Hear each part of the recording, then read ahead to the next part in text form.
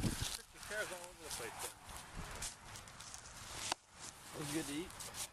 Actually, you can eat prickly pears. Yeah. Yep. Okay, so one little structure thing, and then we're going to do just a wee bit of tectonics, since this is S, S, and T. Okay? So, we are on the limb of a fold here, yes? What is the axial plane of the fold? More or less vertical? More or less vertical. What was the axial plane of the fold in the quarry? Horizontal. So what the hell's going on? I don't have an answer to that. But it's puzzled us for quite some time, because that quarry being flipped over, I don't know of any other folds that are flipped over like that in this area. So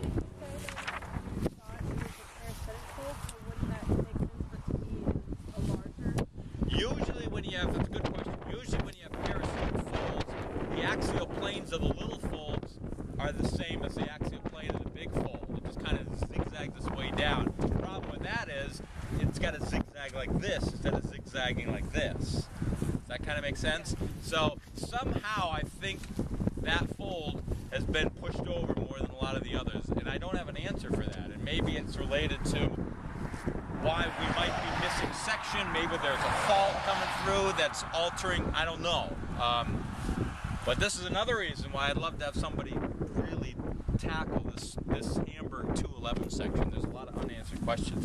The other thing I really want to know is there's a big hollow sitting right there. And for a long time I had hypothesized that that might be a fault contact between the Edinburgh and the Martinsburg. But what formation is this? Did we ever decide what formation this was? Interbedded sandstones and shales. How many formations have we seen like that? Is that Weaverton? What was that? That had Balma sequences. Yeah, Weaverton had Balma sequences, but the sandstones we saw in the Weaverton were relatively thick. Yeah. Martinsburg. Yeah. Right on. This is Martinsburg. So we're in Martinsburg here, which means the Martinsburg-Edinburgh contact has to be where? Somewhere up there, right? We crossed it. So for me, that means that hollow ain't the contact, and I still don't know why the hell that hollow's there. But anyway, okay. Wrapping things up. We've done some structure here. We've done some stratigraphy here. The stratigraphy, you were focusing on trying to get at the depositional environment, yes? When did that happen?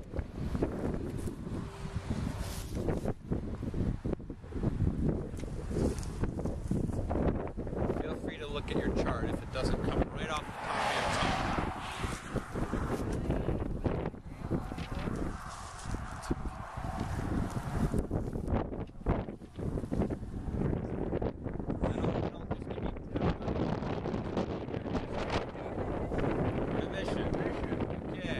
So, the deposition of this unit was in the Ordovician. I'm not going to go into what was happening tectonically then, but let's just say the deposition was in the Ordovician, okay? How was this deposited? Was it deposited like this, like you see it now? No. No. Okay? I mean, I'm not going to say it was horizontal, but it wasn't like this, that's for damn sure, okay? So when did this happen? Afterwards. You want to take a stab at it? Alleghenian. Alleghenian, okay? Everything. No, but it's a good guess. It's a good guess. When did the foliation happen?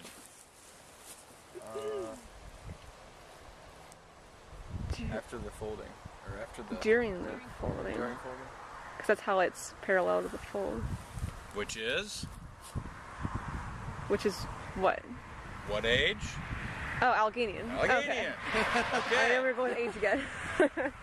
So, here's one of the things you will be wrestling with for the next however many weeks we're going to be playing this game. We're going to be talking a lot about stratigraphy, and you're going to have to keep track of in your mind when these formations were initially being laid down and deposited and in what environments. And then we're going to be wrestling with structure, which pretty much is Alleghenian all the way through. But it's a different, completely different event. All this stuff was here somewhere here, you know, I mean, somewhere over there, but you get the idea. It was in position somewhere before it got deformed. And in order to do this stratigraphy, you've got to see through the deformation, right? And that it can be really hard to try and keep two separate tracks in your mind. Because when you start putting it all together, you'll talk about the depositional story and the tectonics of that, and then at some point you'll have to switch into the structural story to get the later stuff. Yes?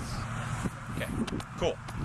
By the way, I think you guys did a great job with this stuff, because we kind of dropped people here and you knew right away this was different.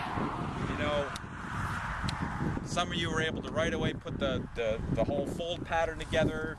This is good. You know, we're getting to apply stuff in the field, which is awesome. Load up.